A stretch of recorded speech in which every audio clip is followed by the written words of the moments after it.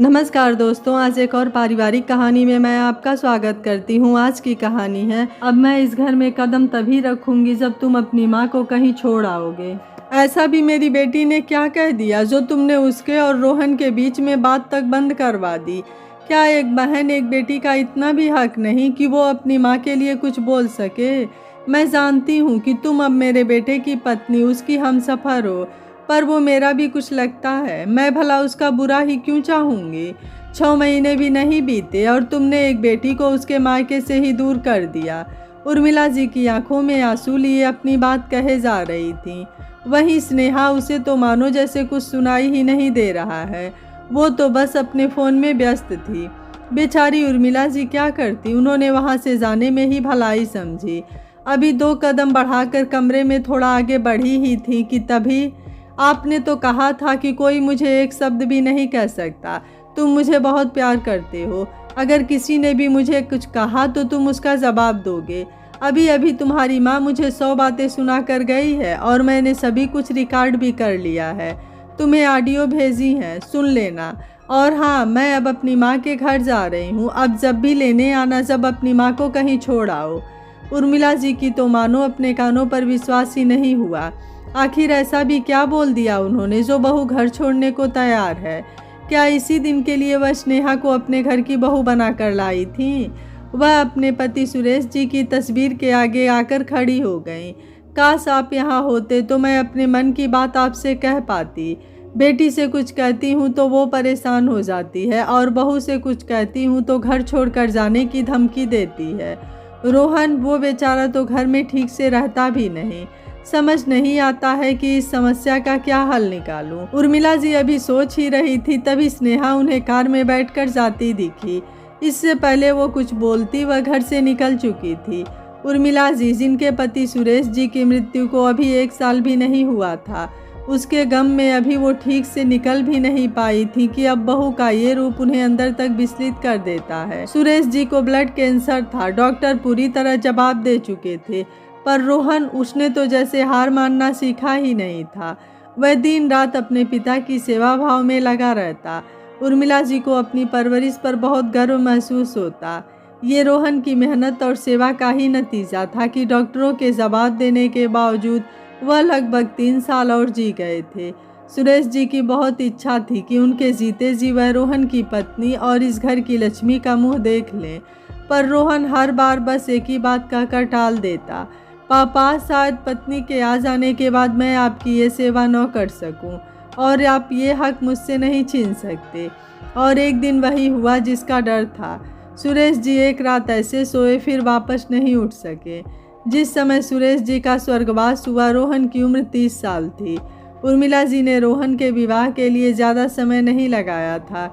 6 महीने के अंदर ही उन्होंने उसका ब्याह स्नेहा से करा दिया था। 2 महीने तो ठीक चला, पर फिर स्नेहा ने उर्मिला जी का ध्यान रखना तो दूर, वह उनसे ठीक से बात तक नहीं करती। और फिर आज जो हुआ उसका तो उर्मिला जी को कतई अंदाज़ा नहीं था। आखिर स्नेहा के इस बदलाव की वजह उर्मिला जी ही थी या फिर कोई और बात थी? चलिए आगे जानते हैं। सुरेश जी की जन्म तिथि थी। उर्मिला जी हर बार इस दिन अपने कारखाने में काम करने वाले लोगों को प्रसाद के डिब्बे बंटवाती थी, इसलिए उन्होंने रोहन से इसके लिए बोल दिया था। पर काम में व्यस्त रोहन के दिमाग से ये बात उतर गई थी। बस उसी बात के लिए उर्मिला जी ने उसे स्नेहा के सामने ही बहुत गुस्सा किया था। रोहन माँ को समझाना चाहता था कि माँ, हम ये सब तो पिताजी की पुण्यतिथि पर भी कर सकते हैं, पर वो तो जैसे सुनने के लिए तैयार न थी। उल्टा इस सब का जिम्मेदार स्नेहा को बना दिया। तुम वही बेटे हो न जो सिर्फ इसलिए शादी नहीं करना चाहते थे कि पिता का प्यार और सेवा न बढ़ जाए, और अब बीबी के आते ही अपने मृत पिता को भूल गए। ज़रूर इसी ने तुम्हें भड़काया होगा। स्नेहा को तो जैसे धक्का लग गया था। अभी सिर्फ 1 महीना ही तो उसे आए बीता था। उसे तो इस बारे में जानकारी तक न थी। फिर माँ ऐसे कैसे उसे जिम्मेदार ठहरा सकती हैं? कभी ज़्यादा खाना बनाने के लिए, तो कभी अत्यधिक खर्चे के लिए, तो कभी देर से उठने के लिए, तो कभी रोहन का ध्यान न रखने के लिए। स्नेहा को टोका टाकी करती ही रहती। वह भूल जाती कि जिसे घर में आए अभी सिर्फ 1-1.5 महीना ही हुआ है, वो कैसे एक बार में सब कुछ समझ सकती है। वो नई नई है, उसे समझाने के लिए समय चाहिए। पर उर्मिला जी उन्हें तो जैसे सब परफेक्ट चाहिए था। इतना ही नहीं, उर्मिला जी आए दिन रोहन के वापस आते ही उसे पूरे दिन का ब्यौरा देती और उससे लेती। आज ये हुआ, मैंने बहू से खाने में ये बनाने के लिए कहा, उसने ये बनाया। ऑफिस में क्या हुआ, तूने क्या किया। रोहन को वैसे ही आने में देर हो जाती, पर उर्मिला जी 11 बजे तक उसे कमरे में बैठाए रखती। कमरे में आते आते अक्सर रोहन भी चिड़चिड़ा हो जाता था। स्नेहा उससे कुछ कहना भी चाहती, पर उसका व्यवहार देख वह चुप रहने में ही भलाई समझती। धीरे धीरे एक ही घर में रहते हुए भी 3 लोग आपस में कटे कटे से रहने लगे। स्नेहा इस सब का जिम्मेदार उर्मिला जी को मानती, वहीं उर्मिला जी स्नेहा को अपने बेटे से दूर करने का जिम्मेदार मानती और वह अपना दुखड़ा अपनी बेटी रूपाली से कहने लगती। धीरे धीरे स्नेहा ने उर्मिला जी और अपनी ननद से एक दूरी सी बना ली थी। वह परिवार में लड़ाई का कारण नहीं बनना चाहती थी। एक दिन की बात थी, रोहन की नानी जी उनके यहाँ मिलने आई थी और वो रात वहीं रुक गई थी। उस दिन स्नेहा ने अपनी प्रेगनेंसी टेस्ट किया था और वह यह सरप्राइज़ सबसे पहले रोहन को देना चाहती थी, इसलिए उसने एक रेस्टोरेंट में खाने की टेबल बुक की थी। उर्मिला जी चाहती थी कि वह घर पर रुक जाए, पर स्नेहा और रोहन उस दिन डिनर के लिए चले गए। तब नानी के जाने के बाद उर्मिला जी ने स्नेहा से तो कुछ नहीं कहा, पर अपनी बेटी से ज़रूर इसकी शिकायत कर दी। तुम्हारी इज्जत का तो पता नहीं, पर हमारे परिवार की बहुत इज्जत है। तुम्हारे जैसे घर की लड़कियां अक्सर पैसे वाले का घर देखकर अपना रंग रूप खूब बदल लेती हैं। अरे एक दिन की ही तो बात थी, रुक नहीं सकती थी। नानी जी पता नहीं क्या सोच रही होंगी, पर आगे से फिर कभी ऐसी गलती मत करना। मत भूलना कि माँ वहाँ अकेली हैं, उनकी बेटी दूर रहकर भी उनके पास है। रूपाली ने फ़ोन पर जमकर उसकी क्लास लगाई थी। बेचारी स्नेहा मुँह से एक शब्द भी नहीं बोल पाई थी। वो तो अगर रोहन ने सारी बातें फ़ोन पर न सुनी होती तो शायद स्नेहा इतना बड़ा इल्ज़ाम सहन भी न कर पाती। तुम चिंता मत करो, मैं तुम्हें बहुत प्यार करता हूँ और आगे से ऐसी गलती फिर कभी नहीं होगी। मैं माँ से इस बारे में बात करूँगा, पर इससे पहले हमें ये खुशखबरी माँ को देनी होगी। रोहन ने स्नेहा को गले लगा लिया था। रोहन की बाहों में स्नेहा सब कुछ भूल जाती थी। सुबह उठकर दोनों उर्मिला जी को खुशखबरी देते हैं। खुश होने की बजाय उर्मिला जी एक बार फिर से स्नेहा पर गुस्सा कर जाती हैं। अरे यही बात थी तो तुम मुझे भी बता सकती थी, मैं क्या तुम्हें जाने से रोक लेती। मेरी सहेलियां सही ही कहती हैं, बहुओं को सास बेकार ही लगती है। मेरे लड़के को तो मुझसे दूर ही कर दिया है, अब तुम मुझसे जुड़ी बातें भी मुझसे छिपाने लगी हो। माँ आपको क्या हो गया है। स्नेहा सबसे पहले मुझे बताना चाहती थी, हमारी भी अपनी कोई ज़िंदगी है, इसमें इतनी बड़ी बात नहीं है जो आपने जीजी तक खबर कर दी। पता नहीं उन्होंने स्नेहा को क्या क्या सुना दिया। रोहन गुस्से में ऑफिस निकल गया। उसके जाने के थोड़ी देर बाद ही उर्मिला जी ने स्नेहा को कमरे में आकर खूब सुनाया था, जिसकी रिकॉर्डिंग स्नेहा ने कर रोहन को भेज दी थी और वह अपने मायके चली गई थी। एक छोटी सी बात इतना तूल पकड़ लेगी उर्मिला जी को पता नहीं था। स्नेहा अपना घर छोड़कर चली जाती है, वहीं उर्मिला जी के अंदर एक डर बैठ जाता है। रोहन अच्छे से जानता था कि स्नेहा अभी बहुत गुस्से में है, उसे तो वह बाद में भी मना सकता है।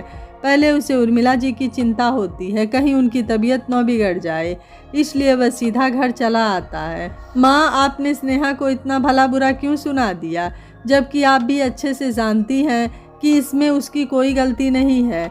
माँ आप तो कभी ऐसी न थी, हमेशा दूसरों के भले के बारे में सोचना, फिर अब आप क्यों ही अपनी बहू के पीछे पड़ी हैं, जबकि आप भी अच्छे से जानती हैं कि वह हमेशा हम लोगों के अच्छे के लिए सोचती है। चलो उसके लिए न सही पर मेरे लिए तो सोचिए, मैं आखिर कहाँ जाऊँ। उसकी नहीं सुनता तो वो किससे अपना दुखड़ा कहे, और आपकी बात न सुनने का तो कोई सवाल ही नहीं है।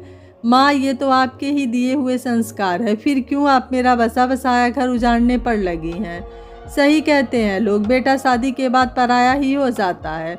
तुझे भी मैं ही गलत लग रही हूँ। कहाँ गया वो सब प्रेम जो शादी से पहले तू दिखाया करता था। उर्मिला जी गुस्से में थी। माँ शादी से पहले सिर्फ आपकी जिम्मेदारी थी, आप मेरी माँ हो, पर अब मैं एक बेटा होने के साथ साथ एक पति भी हूँ और जिम्मेदारी उसके प्रति कहीं और ज़्यादा है। ठीक वैसे ही शादी से पहले स्नेहा एक अल्हड़ लड़की थी, उसे आपकी तरह परिपक्व होने में अभी समय लगेगा। कैसे आप उसकी तुलना अपने से या दीदी से कर सकती हैं। आप उसे धीरे धीरे प्यार से सिखाइए, उसे अपने तौर तरीके बताइए, फिर यदि वो नहीं सीखती तब उसकी गलती होती है। पर आप तो सीधा उसके हर काम में खोट निकाल देती हैं। उसका भी कभी बाजार से खाने का मन होता है पर आप तुरंत अपनी राय उस पर थोप देती हैं। क्या दीदी अगर कुछ कहती तब भी आप यही करती? माँ, उसे समय दीजिए। रोहन का इतने दिनों का गुबार एक साथ फूट पड़ा था। तुम सही कह रहे हो बेटा, गलती मेरी ही है। मैंने ही कुछ ज़्यादा उम्मीदें लगा रखी थी। क्या करूं, अकेली हूं। कहीं मेरा बेटा या मेरी गृहस्थी मुझसे छीन न जाए, दूर न हो जाए, इसलिए अपना एकाधिकार जमाती रही। कभी उस बेचारी लड़की को समझने की कोशिश नहीं करी। भूल गई कि तुम्हारी और उसकी भी अपनी एक जिंदगी है। चल, हम दोनों मिलकर बहू को घर लेकर आते हैं। उर्मिला जी ने रोहन के हाथों को पकड़ते हुए कहा। उसकी कोई ज़रूरत नहीं है माँ, मैं खुद यहाँ वापस आ गई हूँ और फिर अब कभी यहाँ से नहीं जाने वाली। स्नेहा सामने से आकर बोली।